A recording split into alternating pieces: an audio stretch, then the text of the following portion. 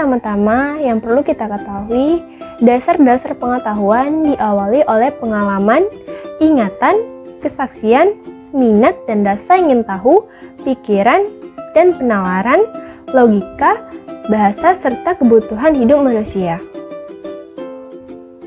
Hal yang pertama dan paling utama yang mendasarkan pengetahuan adalah pengalaman. Pengalaman sendiri terbagi menjadi dua, yaitu pengalaman primer dan pengalaman sekunder. Ingatan. Pengetahuan manusia juga didasarkan pada ingatan sebagai kelanjutan dari pengalaman. Tanpa ingatan, pengalaman indrawi tidak akan bertumbuh menjadi pengetahuan. Kesaksian. Kesaksian yaitu penegasan sesuatu sebagai benar oleh seorang saksi, kejadian, atau peristiwa dan diajukan kepada orang lain untuk dipercaya. Selanjutnya, minat dan rasa ingin tahu. Tidak semua pengalaman dapat dijadikan pengetahuan atau tidak semua pengalaman berkembang menjadi pengetahuan.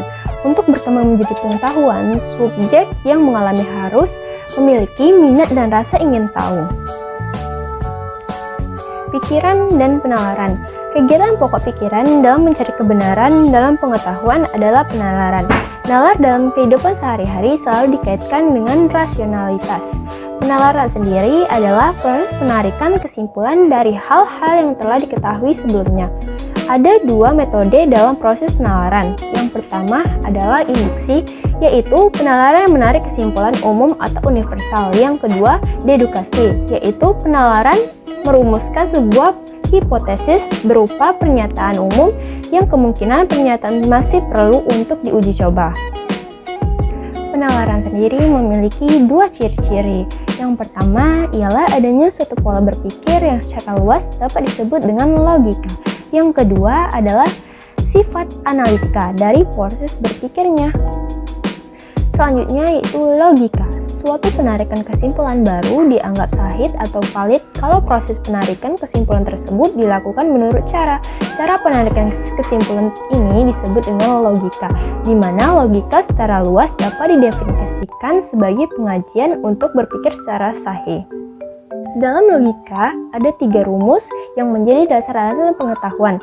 Pertama, silogisme kategoris, yakni silogisme yang terdiri dari proses-proses yang bersifat kategoris. Kedua, silogisme hipotesis, yakni silogisme dalam proposis bersyarat. Dan ketiga, silogisme disjungtif adalah silogisme yang sahih hanya dalam satu kemungkinan yang menyingkirkan kemungkinan-kemungkinan lainnya.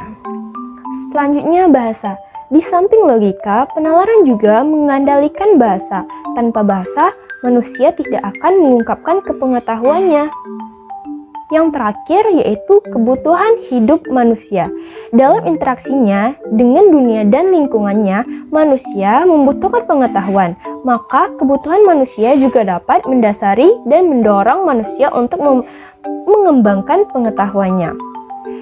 Termasuk dalam teori-teori 1. Teori kebenaran, teori korespondensi, dan yang ketiga, teori pragmatis.